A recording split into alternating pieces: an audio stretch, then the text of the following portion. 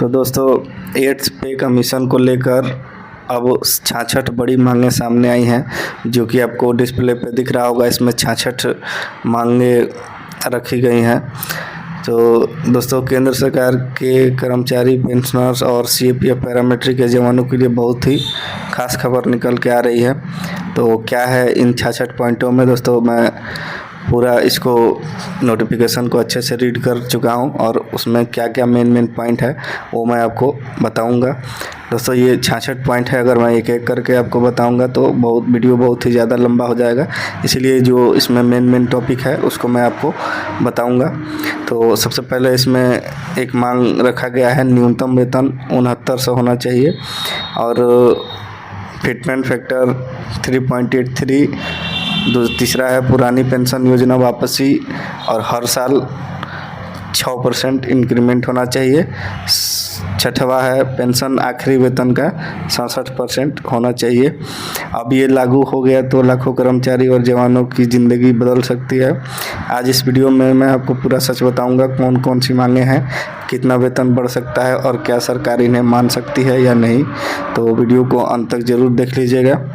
तो दोस्तों, सबसे बड़ी मांग है इसमें कि सबसे पहली और सबसे बड़ी मांग कि न्यूनतम बेसिक सैलरी 18,000 से बढ़ा के 69,000 की जाए।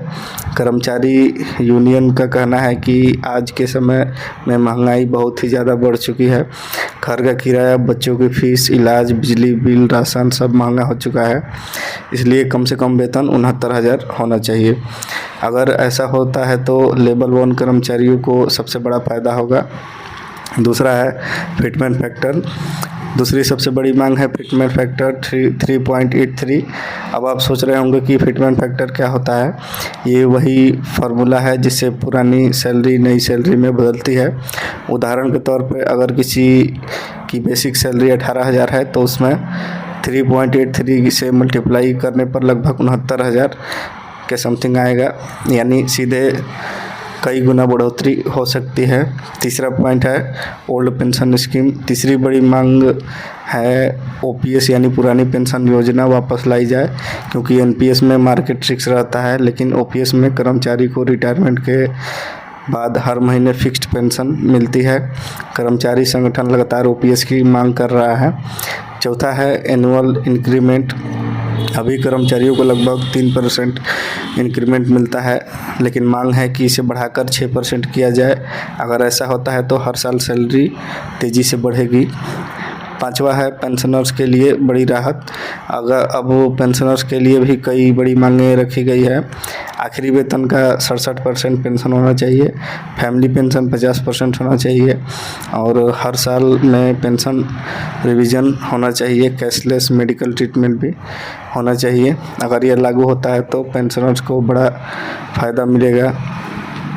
छठा है सीएपीएफ जवानों के लिए बड़ी मांगें हैं। सीएपीएफ और जवानों के लिए भी बड़ी मांगें रखी गई हैं। पहला है रिक्स अलाउंस 10,000 पर मंथ होना चाहिए। दूसरा है हार्डशिप अलाउंस भी बढ़ना चाहिए।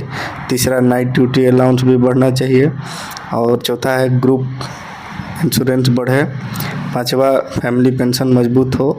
जो जवान कठिन जगहों पर ड्यूटी करते हैं उनके लिए यह बहुत बड़ी और ज़रूरी मांग मानी जा रही है। सातवां है फैमिली बेनिफिट। कर्मचारियों के परिवार के लिए कई मांगे हैं। पहला है चाइल्ड एजुकेशन अलाउंस 10,000 तक। हॉस्टल सब्सिडी बढ़े।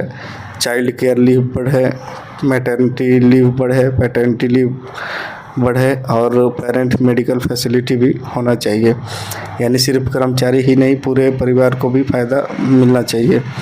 आठवां पॉइंट है क्या सरकार मानेगी। दोस्तों, अब सबसे बड़ा सवाल, क्या सरकार यह सब मानेगी। तो दोस्तों, अभी यह सिर्फ मांगे हैं। अभी तक सरकार ने फाइनल अप्रूव नहीं दिया है, लेकिन एट्थ पे कमीशन की चर्चा बहुत तेज़ी से हो चुकी है और आने वाले समय में बड़ा फैसला आ सकता है।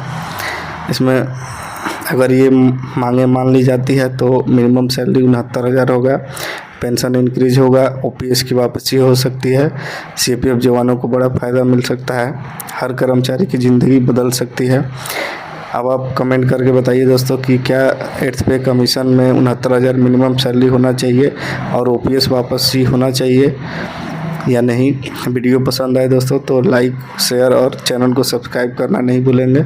चलिए दोस्तों, मिलते हैं किसी नेक्स्ट वीडियो में, तब तक के लिए जय हिंद।